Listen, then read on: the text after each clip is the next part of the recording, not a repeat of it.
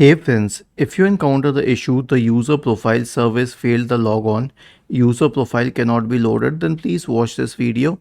I will guide you to the resolution. Now, first of all, before the resolution, we discuss the cause. The cause is that the uh, Windows error reporting service cannot be accessed, and unfortunately, on Windows systems, even till date, in most of the cases, it is not enabled by default or it is manually triggered.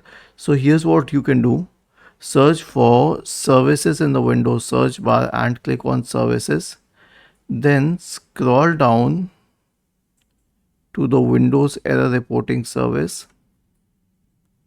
Okay, right click on it, click on properties, change the startup type to automatic, click on start, and then click on apply, click on OK, and then restart your computer.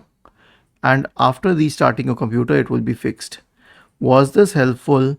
If yes, then please subscribe to the channel, and if not, then let us know in the comment section of the video on how we could help you further. Thank you for watching this video and have a nice day.